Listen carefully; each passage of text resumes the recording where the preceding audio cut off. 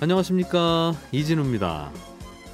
일본의 막부 세력이라고 하면 무소불위의 권력 집단으로 알려져 있기도 하죠. 그런데 미국에 의해서 강제 개항이 되면서 이 막부 시스템도 무너졌습니다. 오늘 역사 속 경제 이야기 시간에는 일본의 개항과 막부 정권의 붕괴에 대한 역사적 장면들을 재미있게 살펴보겠습니다. 집안을 좀 정리하고 인생을 좀 심플하게 간편하게 살자 하는 이런 미니멀리즘이 꾸준히 각광받고 있는데요. 정작 머릿속으로 쓸데없는 고민을 반복하거나 비효율적이고 복잡한 일을 하면서 보내는 시간도 많이 있죠. 결과적으로는 이게 다 시간과 돈, 에너지를 소모하는 일일 텐데, 오늘 체크리스트 시간에 나쁜 사고 습관의 패턴과 해결법에 대해서 다룬 책 Very Simple이라는 제목의 책을 함께 읽어보겠습니다. 손에 잡히는 경제 플러스 광고 듣고 시작합니다. 우리나라가 서양에 의해서 개항이 됐듯이 우리의 이웃나라 일본도 비슷한 역사를 거쳐왔습니다. 일본은 강력했던 막부 세력이 미국에 의해서 무너졌는데, 오늘 역사 속 경제 이야기 시간에는 그 장면을 좀 자세하게 들여다보죠. 역사 스토리텔러 썬킴 씨 나오셨습니다. 어서 오세요. 네, 안녕하십니까, 썬킴입니다. 일본도 처음에는 일본만 그냥 모여서 살았을 텐데 외부와 교류 별로 없이. 일본 에도 막부, 그러니까 에도 막부 잠깐 설명드리면, 에도가 지금의 도쿄죠. 예. 막부는 쇼군, 장군이 통치하는 군사 정권. 간단하게 말해서 도쿄를 기반으로 한 군사 정권이었는데, 예. 270년 동안 쇄국 정책을 펼칩니다. 외부와 교류하지 마라. 일부러 오는 사람도 막고 나가지도 말아라. 나가면 사형이었어, 일본은요. 에도 막부에서는요. 아, 그래요? 네. 자, 그러니까 하도 이제 이 서양 무역상들이 와가지고 개항을 요구하니까, 알았다, 됐다. 그러면 저기 밑에 있는 항구 도시 하나만 개방하겠다. 나가사키 지금요. 나가사키에서도 육지 상륙하지 말고 데지마라는 섬이 있었거든요. 그 섬 안에서만 거래하라라. 그 정도로 엄격한 쇄국 통치였습니다. 배를 대지 마. 그렇게 무역을 해라. 거기서만. 네. 나가사키에서만 그 거래를 해라. 도쿄나 에도나 오사카 이쪽으로 올라오지 마라.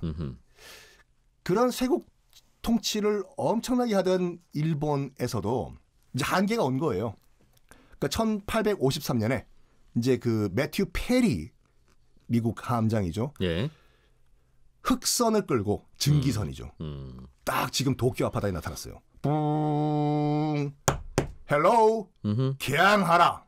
개항이 정확히 뭐 어떻게 하라는 거예요? 그러니까 우리 미국과 이제 무역 거래를 하자. 문 문 열어라. 장사하고 싶다. 너희들도 우리한테 팔 거 있으면 물물 교환하자겠네요. 그렇죠. 그죠? 장사하자 이거죠 지금요. 일본은 싫다. 우리는 우리끼리 잘 살고 있는데 너희는 뭐냐. 그러기에는 배가 너무 컸어요. 그 페리 함장이 끌고 온, 제독이 끌고 온 미국의 증기선이, 예. 흑선, 그러니까 일본인들이 붙인 말이거든요. 검은 페인트 칠이 되어 있다고. 구로후네라고 하는데, 당시 일본이 갖고 있던 그 배의 그 배수량이 한 100톤이었다고 하면, 미국 이 증기선 같은 경우는 2,000톤, 3,000톤이었거든요. 처음 보는 거예요. 와. 빨리 문 안 열면 이 한포 보라고 도쿄 시내 에도 다 날려버린다. 그랬더니 이제 그 에도 막부에서 이제 회의를 한 거죠. 어떡하냐 이거 어떡하냐. 저 한포 봐라. 지금 얼마 전, 정확하게 10몇 년 전에 청나라가 아편 전쟁으로 박살이 나면서 영국의 문을 개방했거든요. 홍콩 날아가고. 다음은 우린 것 같은데 이거 우리 싸울까 말까 미국 애들과. 시간 좀 벌자. 그래서 페리 제독한테, 페리 제독 1년만 시간 좀 주십시오. 1년 후에 돌아오시면 그때 답 드리겠다. 1년입니다. 갔어요? 갔어요. 정확하게 1년 후에 다시 왔어요. 페리 제독이. 어떻게 결론 내셨어? 싸움은 분명히 질 것 같아요. 왜냐하면 사무라이들은 이 본능적으로 전쟁을 본능적으로 알거든요. 싸움은 이긴다 진다를 알고 있었거든요. 분명히 우린 진다. 100%. 일단 개항하자. 그래가지고 1853년에 이제 그 일단 미국과 불평등 조약을 맺고, 이제 1858년에 이제 미일수 통상 조약, 우리가 말하는 이제 무역 조약을 맺는데, 이게 어마무시하게 엄청나게 불평등한 조약이었어요. 하나가 이제 대표적인 게 미국 상인이 이제 일본에서 거래를 하다 일본 영토에서 범죄를 저질러도 재판은 미국에서 한다. 일본인을 죽여도 재판은 미국에서 한다. 요즘도 그러는 것 같던데. 비슷하게. 예. 근데 그 미국은 왜 일본을 개항시키려고 했냐면 마침 그때 이제 미국이 이제 그 서부까지 다 점령을 한 상태였어. 예전에 한번 제가 말씀드린 같이 멕시코로부터 캘리포니아를 거의 뺏은 상태고 이제 눈앞에 펼쳐진 게 태평양이잖아요. 예. 캘리포니아니까. 가자! 고래 잡으러. 태평양으로 이제 너도 나도 몰려나가서 이제 포경, 고래를 네, 잡기 시작하는데 점점 동아시아 쪽으로 밀려온 거예요. 고래 잡으러? 고래 잡으러. 고래 잡고 일단 지금 가장 큰 시장이 중국 시장이라고 하는데 중국까지 가야 되는데 너무 멀어서 중간 기착지가 필요하다. 일본 어떻겠냐. 야, 일본. 우리 지금 미국 배들이 고래 잡고 중국까지 가야 되는데 잠깐 너희 일본에다가 우리 기지 만들어서 뭐 보급도 하고 밥도 먹고 물도 먹고 좀 쉬었다가 가게 해달라. 이게 처음 요구였어요. 휴게소. 청평 휴게소 같이. 네. 이게 안 된다 이거였어요. 일본 막부는. 근데 그거를 이제 그 조약을 통해서 성사를 시킨 거죠. 아, 그게 필요했군요. 그러니까 일본은 개항했던 것이 이제 무역도 있지만 포경선이 태평양 건너서 저기 중국까지 가는 휴게소가 필요했던 거예요. 그런데 당시 이제 일본 분위기가 서양 오랑캐한테 우리가 졌다. 사무라이들이 명예 빼고는 없잖아요, 아무것도. 우리 명예가 실추됐다. 우리 명예를 실추시킨 에도 막부 날려버리고 새로운 정부를 만들자. 우리 사무라이들의 정부를 만들자. 그게 이제 우리가 알고 있는 메이지 유신의 시작인데 네. 사무라이들은 그 당시 뭐라고 할까? 원래 칼을 영화 같은 거 보면 이제 칼싸움하고 이런 사람인 줄 알고 있지만 예. 에도 막부 말기에는 사무라이들이 거의 공무원이었거든요. 사무라이들은 칼싸움을 해야 되는데 싸울 일이 별로 없었어요? 에도 막부 270년 동안 전쟁이 없는 거예요. 그래서 사무라이들은 뭐 하냐면 칼은 차고 있는데 그 자기들이 모시는 영주들 창고 정리해주고 장부 정리해주고 어이 그 창고 가서 재고 좀 확인하고 와 하이 이런 식으로 가뜩이나 지금 자존심이 상해 있는데 사무라이가 지금 창고 정리인가? 칼 쓸 일이 없다. 그런데 나라에서 서양 오랑캐에게 문까지 열어 뒤집어 엎장. 그래가지고 이제 그 일본의 두 개 큰 지방에서 들고 일어납니다. 당시 일본의 그 지금은 현이지 않습니까? 야마구치 현 무슨 현이라고. 당시는 이제 번이었거든요. 한 260개의 번이 있었는데 일본에 각 번이 그냥 하나하나씩 독립국이라고 보시면 돼요. 영주가 있고 그 영주 밑에 그 사무라이들이 있고 그 260개의 번 가운데서 가장 강력한 번이 저쪽 서쪽 남쪽에 있는 조슈번과 사스마번이라고 있었거든요. 조슈번이 지금 어디냐면 야마구치현. 일본 극우의 고향이죠. 예. 아베 신조 전 총리의 지역구도 거기고 이토 히로부미도 거기 출신이고 데라우치 총독도 거기 출신이고 명성 황혼을 죽인 미우라 고로 공사도 야마구치 출신이고 극우의 산실. 예. 그리고 사스마번은 어디냐면 지금의 가고시마. 거기가 260개 번 가운데서 가장 강력한 번이었거든요. 웅번이라고 해가지고 여기에 있던 사무라이들이 들고 일어납니다. 지금 에도 도쿄에 있는 쇼군 날려버리고 당시 교토에는 일본 왕이 있었거든요. 아하. 허수아비 왕이죠. 실권은 쇼군이 잡고 있고 쇼군을 날려버리고 지금 허수아비 불쌍한 우리 일본 왕을 다시 실질적인 일본의 통치자로 앉히자. 존왕 양이 운동을 사무라이들이 펼쳐요. 네. 존왕 말 그대로 이제 왕을 존경해서 왕자리에 앉히고 예. 양이 오랑캐들을 물리치자. 이것을 사무라이들이 시작을 하는 것이 우리가 알고 있는 메이지 유신의 시작인데 결국에는 메이지 유신이 성공을 해요. 평화적으로 이 정권 교체가 이루어집니다. 예. 마지막 쇼군이 그 지금 저쪽 그 웅번에서 이 사무라이들이 이제 쳐들어오니까 어떡하지 하다가 이제 에도를 둘러싸요. 사무라이들이. 마지막으로 한번 붙자! 나와라 쇼군! 반란군이네요. 쿠데타. 에도 막부 입장에서 봤을 땐 반란군이죠. 쿠데타군이죠. 그쪽 입장에서 보면 혁명군이고. 쇼군도 군인이잖아요. 네. 계산기 두드려 보니까 져요. 그래가지고 마지막 쇼군이 대정봉환이라고 해서 대정, 그 말 그대로 큰 정치를 돌려준다. 왕에게. 잠깐만 싸우지 말고 내가 깨끗하게 여기서 권력 물려줄게. 전쟁하지 말자. 해서 평화적으로 정권이 교체가 돼요. 아하, 항복했네요. 항복했어요. 그래서 마지막 쇼군은 천수를 누리다가 잘 살아요. 승마도 하시고 뭐 다 하고. 네. 넘겨줘도 똑같네. 뭐 이러면서 나 뭐 잘 사는 거 똑같네. 뭐 잘 남겨졌어. 그래가지고 이제 메이지 유신이 성공을 했거든요. 네. 그러니까 사무라이들이 이제 정권을 잡은 거죠. 그리고 당시에 어린 일본 왕을 실질적으로 통치자로 이제 앉혔는데 이제 그 왕 이름이 네. 명치 메이지 왕이었거든요. 그래서 이제 메이지 유신이라고 하는 거죠. 예. 유신이란 말도 이제 많은 분들이 유신은 뭐냐. 이게 그 메이지 유신을 했던 사무라이들이 만들어낸 게 아니라 예전에 그 중국 시경에서 나왔던 문구거든요. 무슨 뜻이에요? 헌 것을 버리고 새롭게 하자. 리뉴얼. 그렇죠. 이걸 사무라이들이 다 봤을 때 예. 혁명이라고 하긴 좀 그렇고 뭐 멋있는 말 없냐? 네. 여기 시경을 보니까 유신이라는 표현이 있다. 이거 쓰자. 그렇지.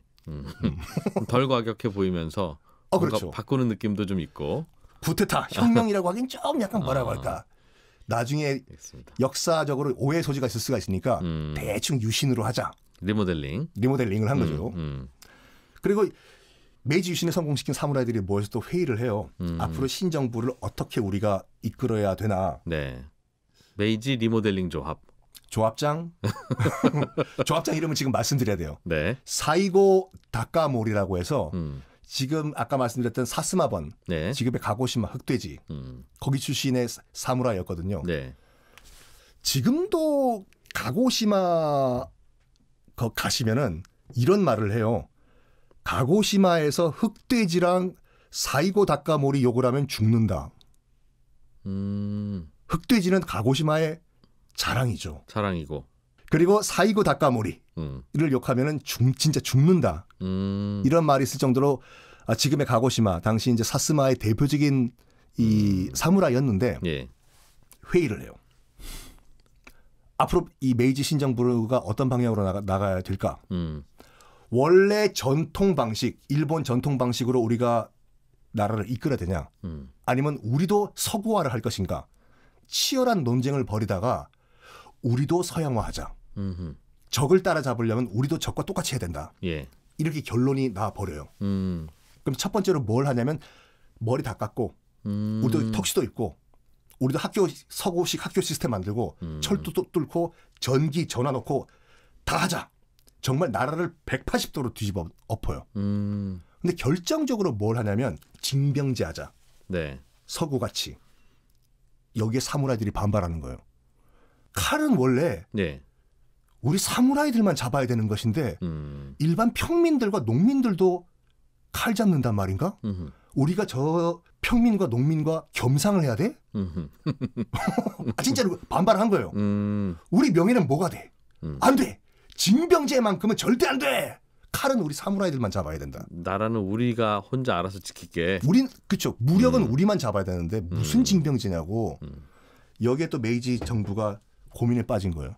징병제를 해야지 우리가 우리도 제국이 돼야 되는데 징병제를 안 하고 사무라이들만 칼을 잡게 한다. 이거 어떡하나 하다가 밀어붙여요. 징병제 하기로. 전국적으로 징병제를 실시해 버립니다. 여기에 사무라이들이 반발하는 거예요. 사무라이들을 위한 정권을 만들어줬더니 너희들이 우리 사무라이들을 배신해? 이건 있을 수가 없다. 해가지고 메이지 유신 세력 가운데서도 원래 일본 전통을 지키자 파가 또 떨어져 나가요. 네. 그 수장이 사이고 다카모리예요. 가고시마 출신. 사이고 다카모리는 이제 안 거죠. 지금 이대로 있으면 메이지 유신 세력 가운데서도 또 둘이 또 반쪽해져가지고 싸우는 내전 난다 이거. 네, 네. 저 사무라이들의 불만을 어떻게 지금 달래냐 하다가 꺼낸 게 뭐냐면 우리가 국사 시간에 배웠던 정한론을 꺼내요. 예. 그러니까 한반도를 침공하자 이거죠. 사무라이들의 불만을 조선으로 돌리자. 잠깐만 사이고 다카모리 뭔가 조선을 치자. 조선을 쳐가지고 사무라이들의 불만을 저쪽으로 터뜨리자. 아니 명분이 없잖아요. 명분이 조선을 칠 명분. 그때 사이고 다카모리가 이런 말을 해요. 내가 지금 조선의 한양으로 갈 것이다. 가면 분명히 분노한 조선인들이 날 죽일 거다. 한양 길거리에서. 그럼 그걸 명분으로 치고 들어와라. 그러니까 사이고 다카모리는 와. 정말 마지막 사무라이, 라스트 사무라이의 영웅으로 죽고 싶었던 거예요. 그랬더니 이 메이지 정부에서 이제 회의를 했는데, 야, 아직까지 그 메이지 혁명이 진행이 안 된 상태이기 때문에 아직까지도 일본은 그냥 그렇고 그런 농업 국가였거든요. 우리 국력 가지고는 조선 못 친다고. 네 뜻은 알겠지만 너 그냥 너 가만히 찌그러져 있으라고. 거기에 열받은 사이고 다카모리가 난 그럼 안 해. 자기 고향 가고시마로 가버려요. 이제 메이지 정부는 이제 딱 지켜보고 있는 거죠. 스파이 보내서 야 가서 사이고 다카모리 뭐 하고 있는지 보고 오라고. 자기도 알았거든요. 맨날 개나 키우고 온천만 하고 개나 키우고 온천만 하고 보고를 했어요. 사이고 다카모리가 지금 온천만 하고 있던데요. 그럴 인간이 아닌데 또 가서 빨리 끝까지 스파이 짓 하고 있으라고. 전국에 있던 사무라이는 사이고 다카모리만 바라보고 있었던 거예요. 들고 일어나라 제발. 당신이 들고 일어나면 우리가 다 따라가겠다. 아직은 때가 아니다. 그러고 있다가 일이 터져요. 사이고 다카모리가 있던 그 사스마번 가고시마에 탄약창이 있었는데 탄약? 예. 실탄. 이걸 정부군이 와서 탄약을 가져가요. 당연히 가져갈 수 있겠죠. 정부군 재산이니까. 예. 그걸 사무라이들이 뺏어버려요. 마음에 안 드니까 무조건. 그러니까 교전이 발생을 해요. 어허. 드디어 일이 터진 거예요. 그 소리 딱 듣고 사이고 다카모리가 무슨 말했냐면 이제 주사위는 던져졌다. 가자. 해서 메이지 정부의 선전포고를 해버립니다. 전쟁이 일어나요. 네. 그래서 정부군이 지금 가고시마로 내려오거든요. 그리고 가고시마에 있던 이 사무라이군이 충돌을 해요. 네. 이것이 일본의 마지막 내전이라고 하는 서남 전쟁이거든요. 가고시마가 서남쪽에 있다고 해가지고. 메이지 유신을 했던 세력이 둘로 나뉘어서 싸우는 거죠? 그렇죠. 예. 내전이요.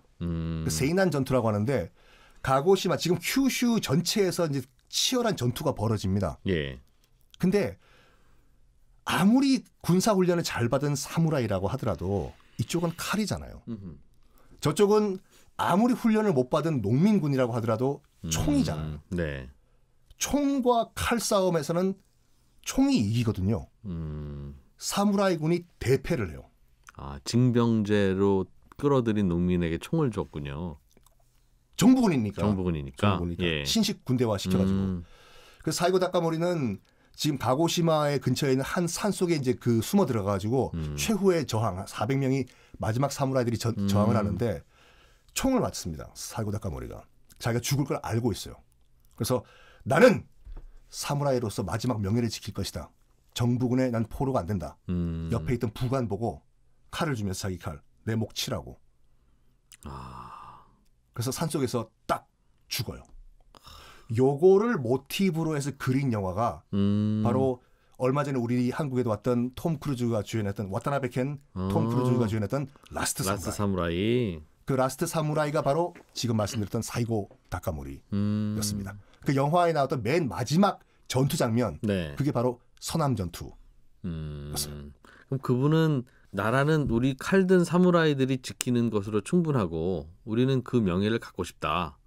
지키고 싶다. 그렇죠. 그런 생각으로 목숨을 바친 거예요? 나는 마지막 사무라이로서 사무라이들을 위해서 목숨을 바치겠다. 근데 이게 메이지 정부 입장에서 봤을 땐 역적이잖아요. 우리의 정책에 반하는 거죠. 그렇죠. 예. 그런데 일본에서는 너무 이제 영웅시됐기 때문에 당시 일본 왕도 사이고 다카모리가 죽었다는 소식 듣고 죽일 필요까지는 있었냐 이런 말을 했다고 해요. 그래서 바로 이제 사면 복권이 돼가지고 예. 지금은 일본 곳곳에 사이고 다카모리의 동상이 서 있습니다. 일본 한 복판에 도쿄 한복판에도 있고 당연히 가고시마에 가면 약간 뚱뚱한 사람의 동상이 있거든요. 싹 다 사이고 다카모리 동상입니다. 근데 사이고 다카모리는 일본인들에게는 영웅이지만 예. 우리 입장에서 봤을 때는 조선을 침공하자는 정한론을 만든 사람이기 때문에 우리 입장에서는 절대로 환영을 할 수 없는 인물이죠. 마음에 안 드는 주장을 한 친구군요. 그러니까요. 네. 그래서 역사 이야기를 듣다 보면 가끔씩 목숨 바치는 분이 나오고 그러는데 무엇을 위해서 목숨을 바치신 거지라고 생각해 보면 참 그때그때 다르고 방향도 달라서 사람은 참 용기를 갖는 것도 중요한데 지혜를 갖는 것도 되게 중요하다. 전 나이가 들수록 지혜도 없어지고 용기도 없어지고 참 큰 둘 다 없으면 되는데 어떡하라고. 아니 둘 다 없으면 좋아요. 아 진짜요? 둘 다 없으면 괜찮죠? 무모해지지 않잖아요. 둘 다 없으면. 근데 사랑을 위해서 목숨 한번 바치고 싶어요.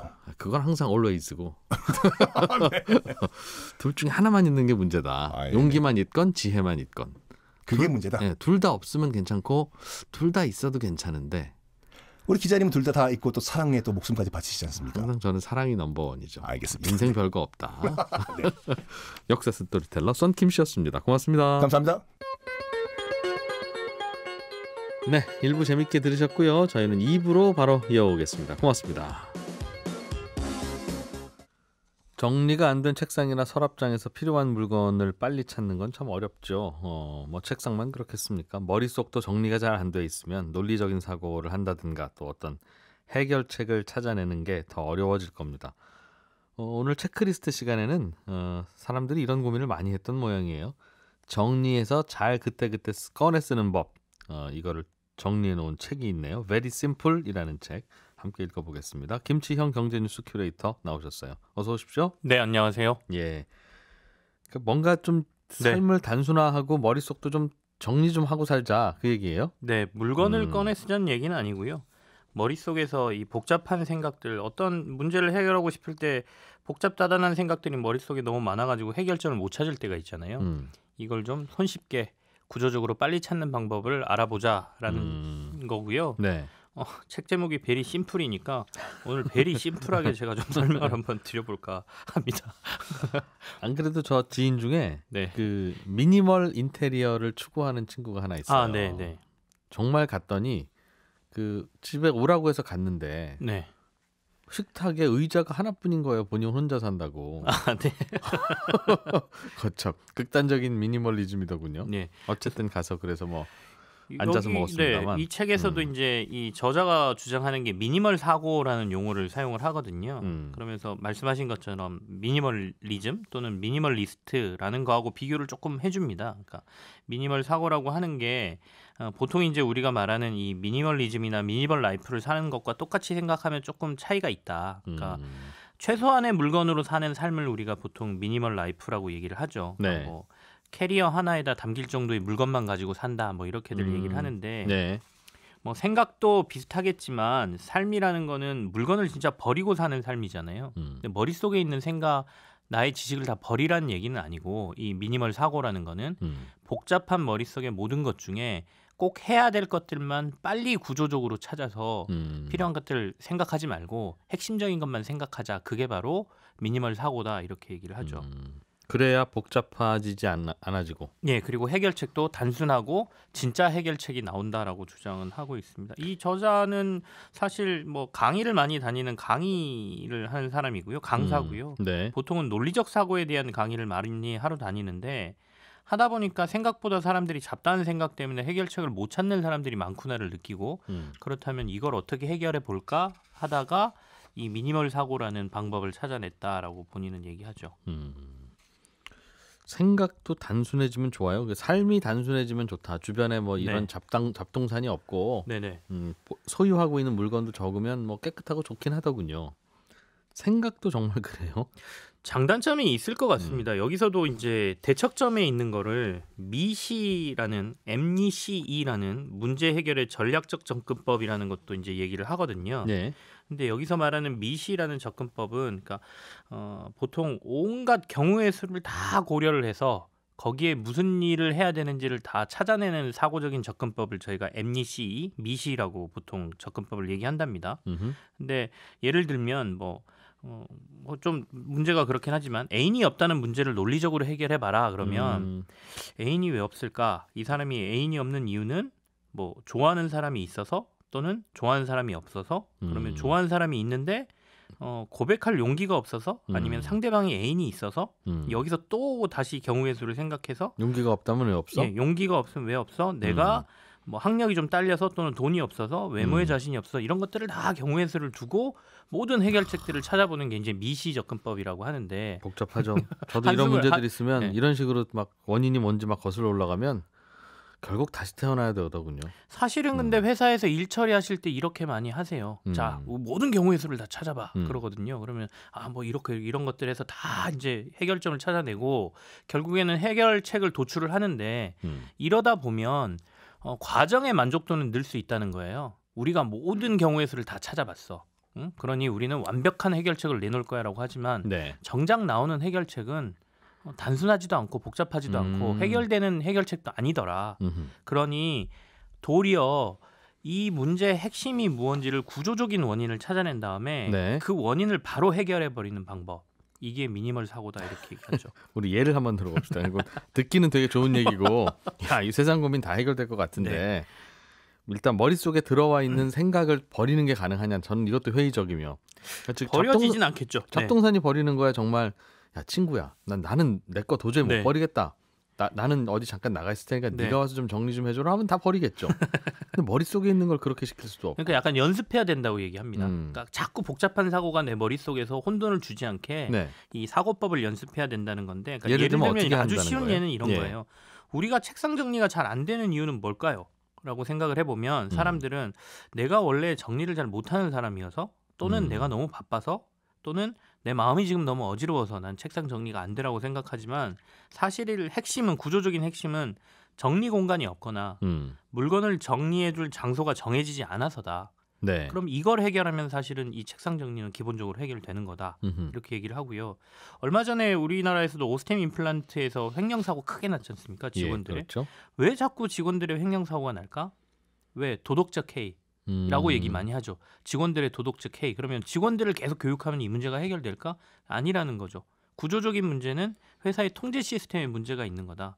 2번, 3번 체크하는 시스템을 만들어 놓으면 직원이 바뀌더라도 어떤 다른 사람이 도덕적 회의감이 든 사람이 들어오더라도 막을 수 있는 문제인데 그러니 결국엔 구조적인 문제를 해결해야 된다는 거예요. 아까 그럼 책상 정리 잘 못하는 건 네. 구조적인 가장 큰 이유가 물건을 보관할 장소가 따로 안 정해져 있어서 그런 것이다. 정리 공간이 부족하거나. 그러면 근본적인 이유 딱 한 가지만 찾자 그건가요? 그렇죠. 핵심적인 구조적인 문제를 해결해야 진짜 해결책이 될 수 있다는 거죠. 뭐 예를 들면 또 하나는 이런 것도 있습니다. 네. 그러니까 실제 이건 사례라고 하는데요. 일본의 한 마트 계산대 옆에 아이스크림 진열 냉장고가 있어요. 근데 사람들이 아이스크림? 예. 계산을 하러 오면 물건을 자꾸 이 아이스크림 냉장고 위에다 올리는 거예요.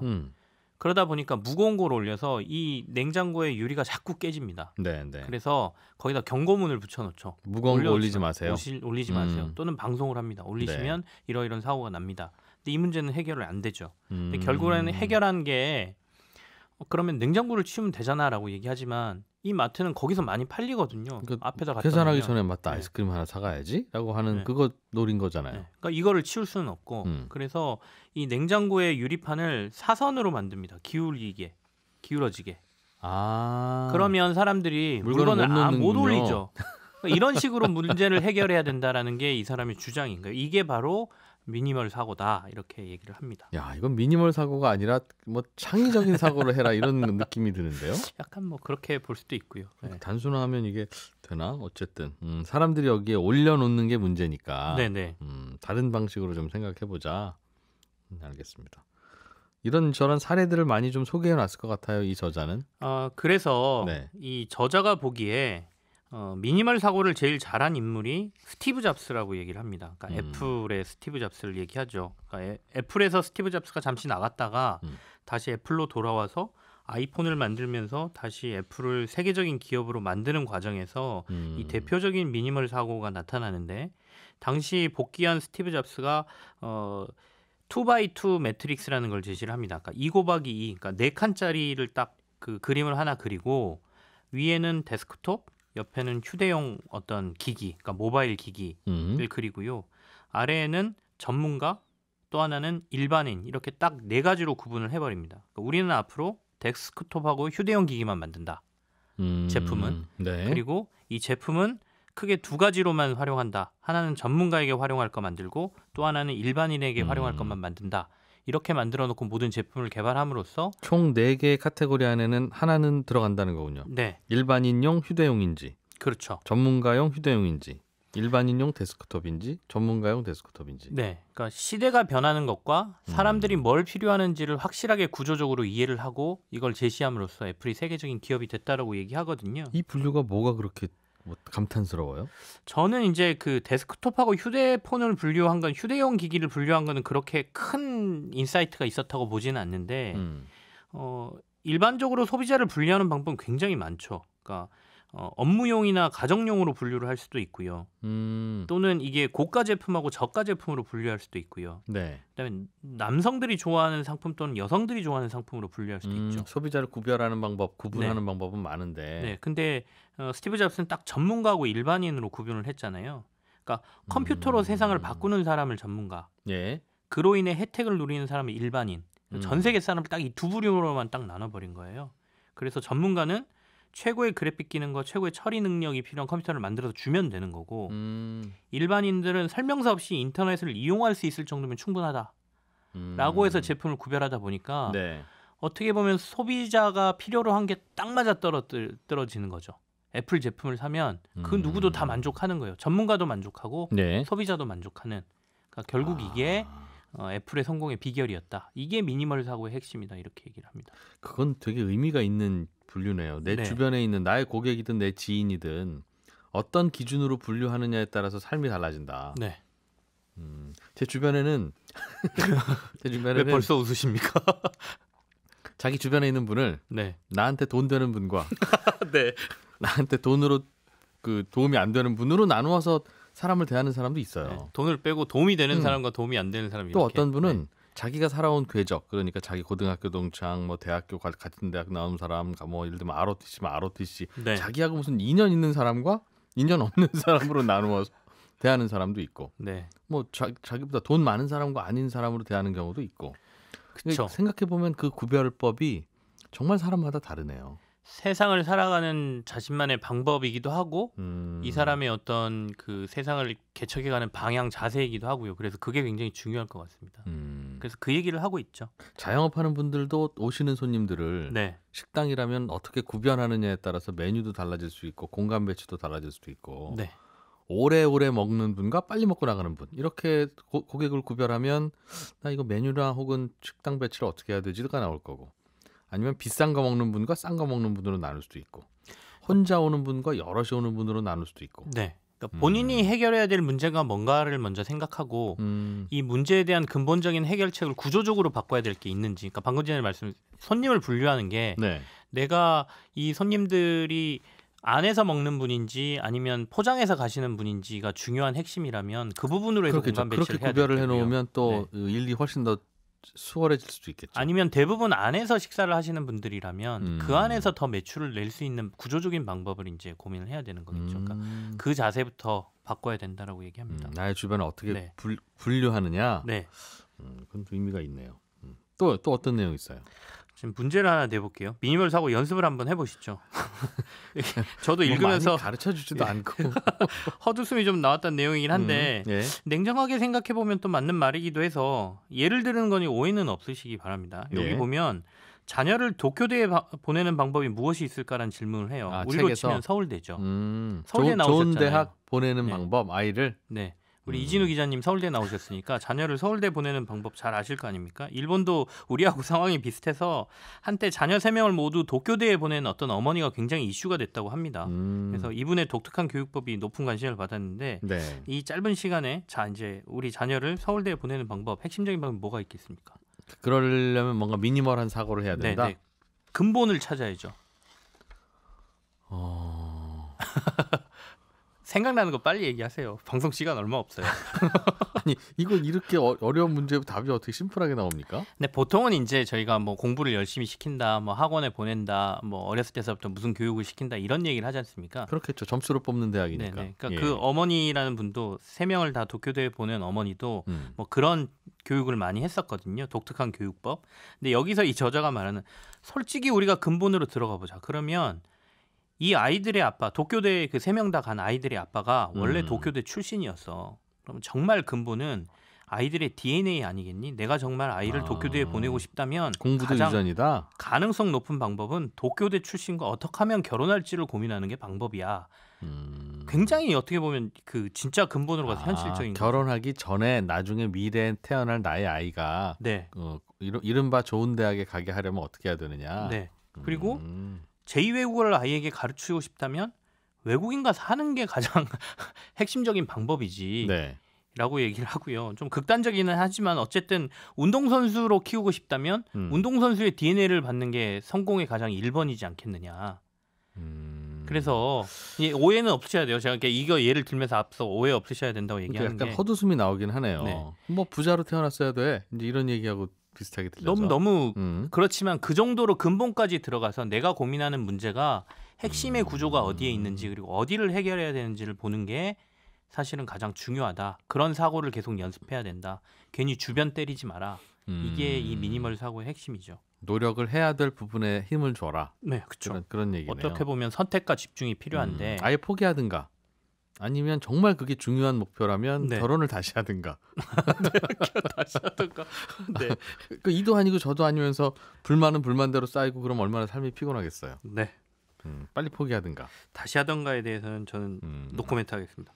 알겠습니다. 또 어떤 내용이 들어있습니까? 여기에 흰동가리라는 니모라는 애니메이션 보셨잖아요.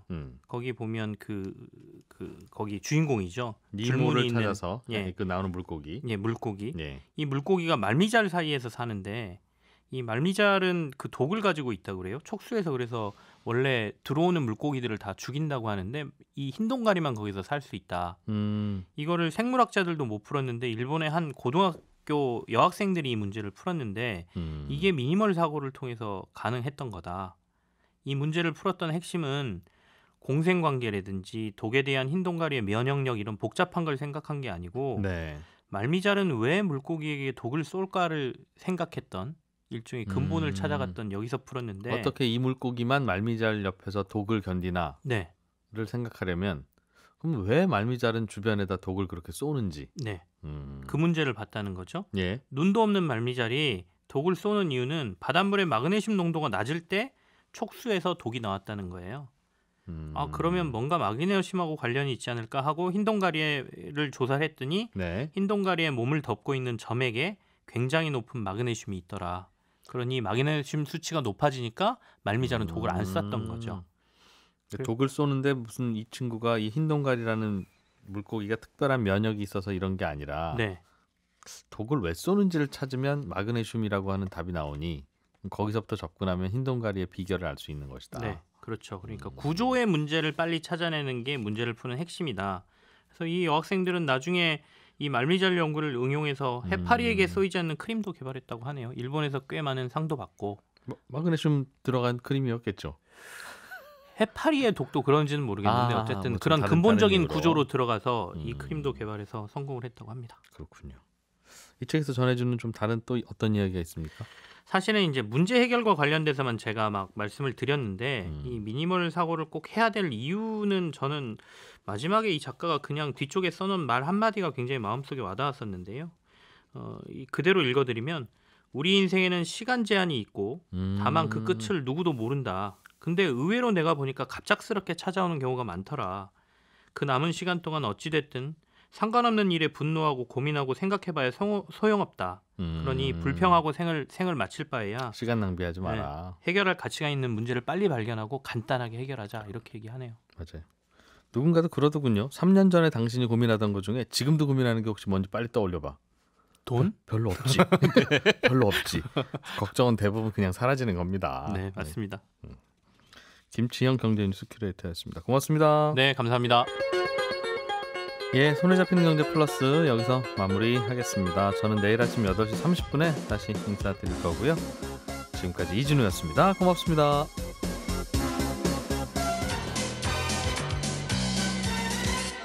더 깊고 더 재미있는 경제 이야기 이진우의 손에 잡히는 경제 플러스